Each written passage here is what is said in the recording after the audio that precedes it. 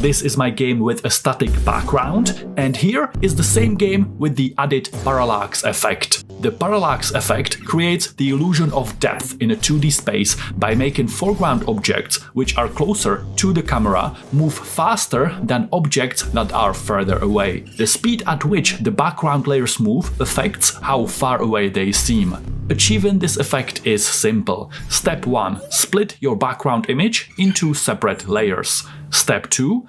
Add each layer as individual game object and make sure they are rendered in the right order. Step 3. Assign a different speed modifier to each layer.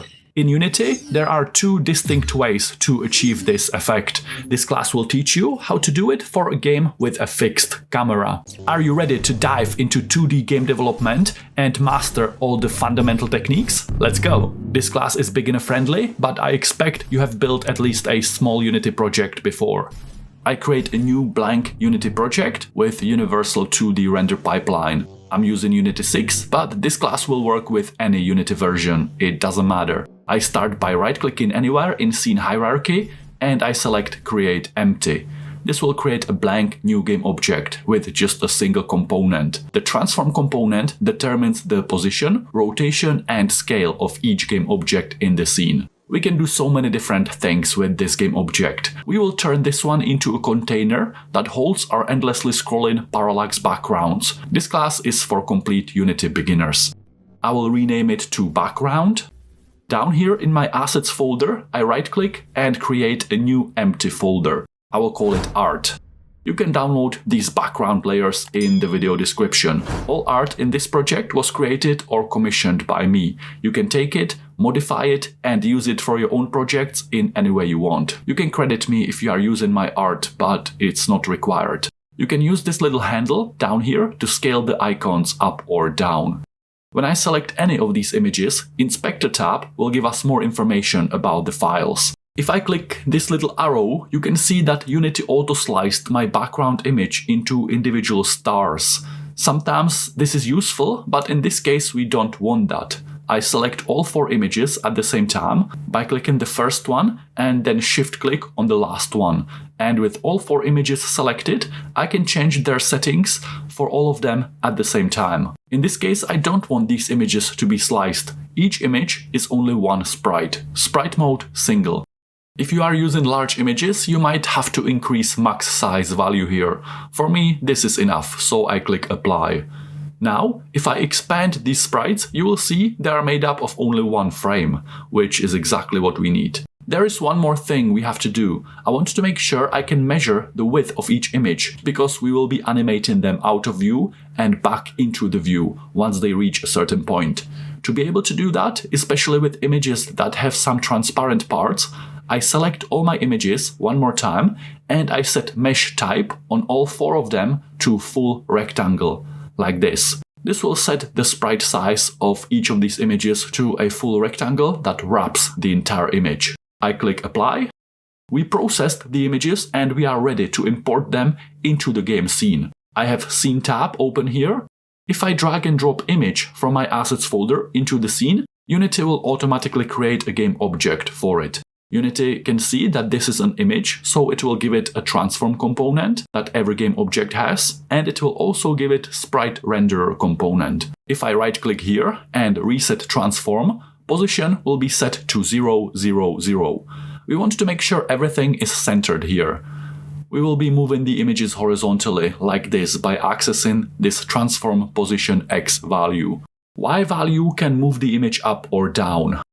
I drag layer 2 image into the scene, Unity creates a game object for it, and again I reset its transform to 0, 0. Layer 3, reset transform. Layer 4, reset transform.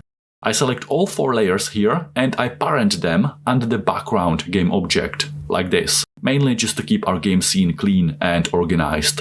I make sure that background and all 4 layers have transform position of 0, 0. In your project, you might see something a bit different in the scene view because we are placing all of these images on the same default sorting layer, and Unity decides randomly what order these objects are drawn in. We need to make sure that layers are always drawn in this order, with layer 1 all the way in the back. On any of the layer objects, I go to Sort in Layer drop-down and I click Add Sort in Layer. Inspector will now show me tags and Layers Manager. Here, under Sort in Layers, I click plus and I add custom sort in layer called background. Sort in layers in Unity allow us to set the render order of different sprites in our 2D project. They determine what gets drawn behind and what's in front. In this case, background layer will be drawn in front of default layer. I select layer 1 and I set sort in layer to background. Notice that order in layer here is set to 0. Layer 2 will also have sort in layer set to the same background, and order within the background sort in layer will be set to 1 in front of layer 1. Layer 3 will also be on background sort in layer, order in layer will be 2. Layer 4, background sort in layer, order in layer 3 on top in front of all the other layers. Here in game view, you can see that game camera field is too wide and we see bits outside the background images. I set aspect ratio to full HD, 1920 times 1080. Back in scene view, this white rectangle is what the game camera can see. Inside my assets folder, I right-click and I create an empty folder. I will call it scripts. In Unity, we can write scripts in C# programming language. Let me show you how simple it can be to write a small script that can do really cool things. To create a script, I right-click, Create, Script in, and MonoBehavior script. MonoBehavior is a special class in Unity that allows us to attach our custom scripts to GameObjects. It's very simple, let me show you. You will use MonoBehavior all the time. It's one of the most fundamental things when working with Unity. I will call it Parallax Background. When you create a script like this, Unity will automatically create a class with the same name you give to the script file, and it will make that script inherit from MonoBehavior, which means that we can take this script and we can attach it as a component to any game object. So I select layer 1 game object here, and I drag and drop my script here to attach it as a custom component, like this. If I go to Edit, Preferences, and External Tools, here I can choose my default external code editor. Whatever you choose in this dropdown will be used when you open a script in Unity. I'm using Visual Studio Code, but you can use any code editor you prefer. So when I select Layer 1 Game Object, I can open Parallax Background script I attach to it as a component by clicking here or here. Both of these will open the same script. By default, Unity creates syntax for start and update methods. Start method runs just once when the object is created before the first call of update. Update method runs over and over for every frame as the game animates. All we have to remember here is that anything we want to happen just once when we create the object, we put it here. Anything that needs to be happening over and over, we put it here. For example, we want to move the layer 1 game object this script is attached to. To declare a variable in C#, I first have to specify the data type. Float is a floating point number, a number that can have decimal points. I will set it to 1. Then I take transform.position of the object this script is attached to. Back in Unity, layer 1 game object selected, this script here, and transform position values are here. Notice that position has X, Y, and Z components. To update position value of this game object, I need to keep that in mind. Vector3 is a simple data type that has 3 components, usually for X, Y, and Z axis. If I pass it 1 for X and 1 for Y, because this is a 2D game so we care only about 2 dimensions, the third value of Z will default to 0. I'm saying take the transform position, which is vector3 0 0 0, and for every animation frame, add +1 horizontally and +1 vertically to the current position value. Or instead I can use my moveX variable as X component of the vector, and as Y I add 0, meaning that Y component will remain unchanged as this code runs. It will stay at whatever value it is. So as the game runs, for every frame I'm adding +1 to this X value and +0 to this Y value, making the object this script is attached to move to the right. I save changes and I can test this by clicking the play button. I enter the play mode. That happened extremely fast because +1 doesn't mean 1 pixel per update, it means one of these blocks you see in the background grid in Unity. I can fix that by dramatically reducing this value of 1 to make it move slower, but the right thing to do here is to actually account for real time that is passing by. First, let me show you this. We are increasing horizontal position by a very small value for each call of update. This method will run probably something like 60 times per second. I drag game view somewhere here because I want to see the scene and game at the same time, side by side. To achieve repeating endless backgrounds effect, we want to, at some point, reset the position back to 0. Let's say when x reaches +5, set transform position back to 0, 0. We are not doing anything with the vertical y component of the vector, so I might as well just set it to whatever value it currently is. It will always stay at 0 anyway. If I save changes and enter play mode, layer 1 selected here, you can see that x is increasing. When it reaches 5, it resets back to 0. So the important thing to remember here is that if we want to move something, we can do it by accessing its transform position, but we have to do it through this vector3 data type. Setting this move step to a hard-coded number will work, but it's not the best practice. We should always account for real time, time.delta time. Update method runs over and over. Delta time is the amount of time it takes our machine to call one update. It's the time that passed between the previous frame and the current frame of our game. The game will run on many different devices. Some of them can run faster, some slower. We always want to account for delta time to make sure the movement is the same on any device. On a slower device, delta time, the time between frames, will be higher and therefore position will be moving by larger steps. Faster device, on the other hand, can call update more often, but less time will be passing between frames and position will be increasing by smaller value for each update. All you have to remember here is that we never want to tie any movement in our game to frame rate. We always have to tie it to real time that is passing by to make sure that things in our game are happening at the same speed on any device. Delta time is the amount of time in seconds that passed since the previous call of update. This value will need to be larger now. Instead of hard-coding it here, I can put it in a variable I call move speed. I want the value to be visible in Unity Editor here, so I can set it as public, but even better practice would be to keep it private but give it serialized field attribute, like this. When I do this, my move speed variable is private and not accessible from other scripts, and at the same time it will be visible and editable in Unity. I use move speed here on line 16. I save changes. Now we get the field for move speed here. I give it some value and I play. We move by 2 of these blocks per second, and when we reach 5 horizontally, we reset it back to 0. I can also go in the other direction by setting move speed to a negative value, but when I do that, this will never be more than 5, so position will never reset back to 0. I exit play mode because most changes we make to the project while in play mode will not save. I can delete these comments. So if you want your repeating backgrounds to work in both directions with positive and negative move speed, instead of checking if position X is more than 5, we can check if the position is more than 5 away from 0 in any direction, positive or negative.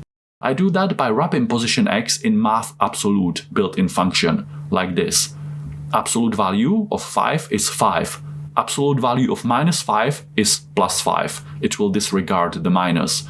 So here I'm saying, if the position moved by 5 away from 0 in any direction, positive or negative, reset position back to 0.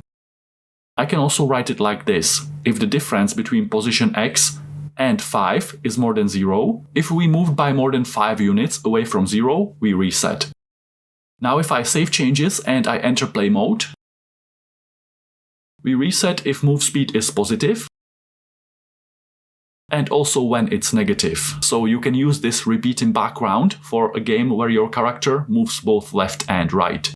I don't want it to reset back to 0 when it reached 5 units. I wanted to reset when it reached the full width of the image, when the layer image completely disappeared off screen. Only then I wanted to reset back to 0. So if I try something around 19, my image is 1940 pixels wide, and each block in this grid is 100 times 100 pixels. So I want to say when we moved more than 19.4 away from 0, then reset. It would work if I put 19.4 here instead of 5, but what if I want this script to be more flexible and usable for any image size?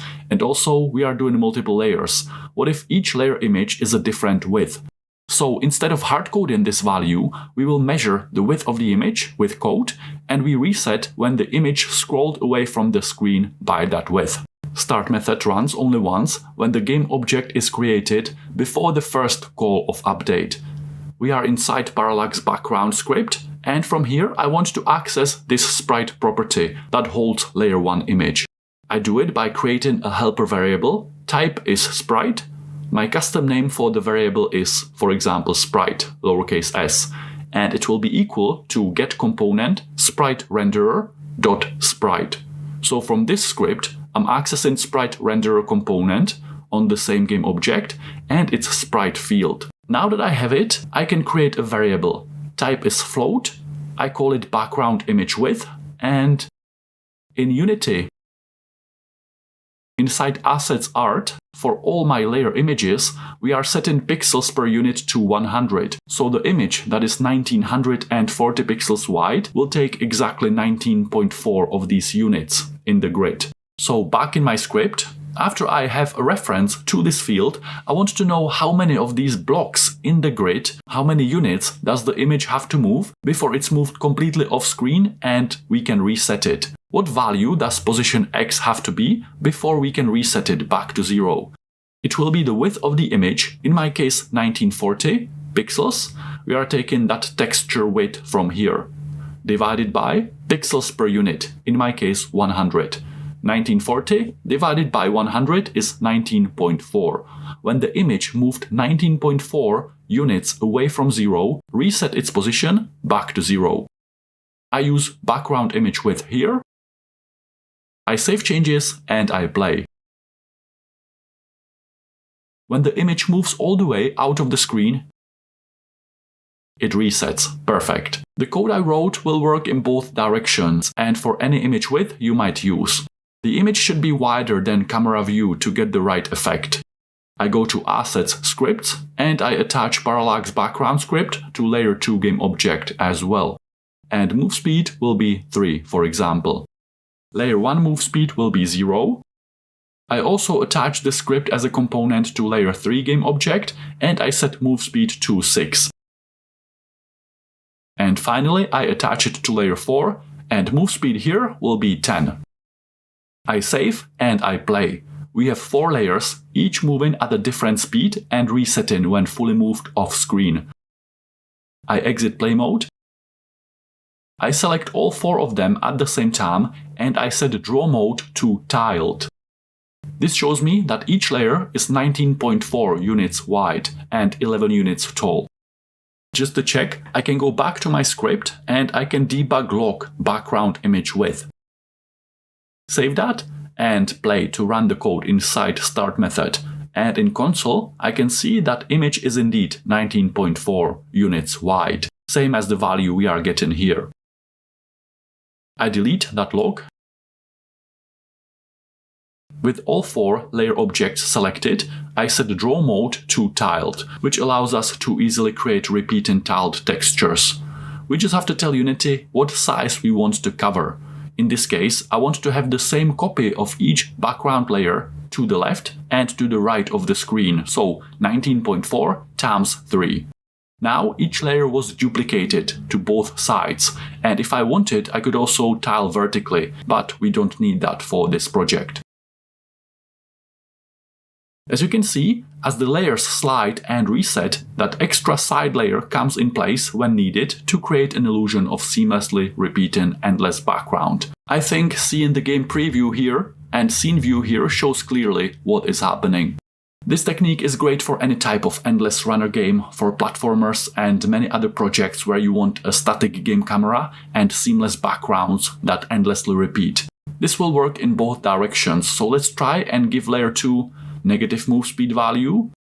Layer 3 is on top of it, so it needs to be faster to create the parallax effect and illusion of depth. And layer 4 will be the fastest, for example, -1. This motion is for a game where your character is flying through the space to the right. This codebase will also work for games where you allow players to move both left and right. For that, instead of hard-coding move speed for each layer here, we would tie that value to player movement direction in our code. If I put scene and game view side by side like this, I hope it's clear and easy to understand how the layers sliding and resetting creates a perfect, seamless, endlessly scrolling effect, and how setting different move speed for each layer creates parallax. Well done, click the like if you found some value today. How to use this technique in a full, real game? I do that, for example, in this video. See you there!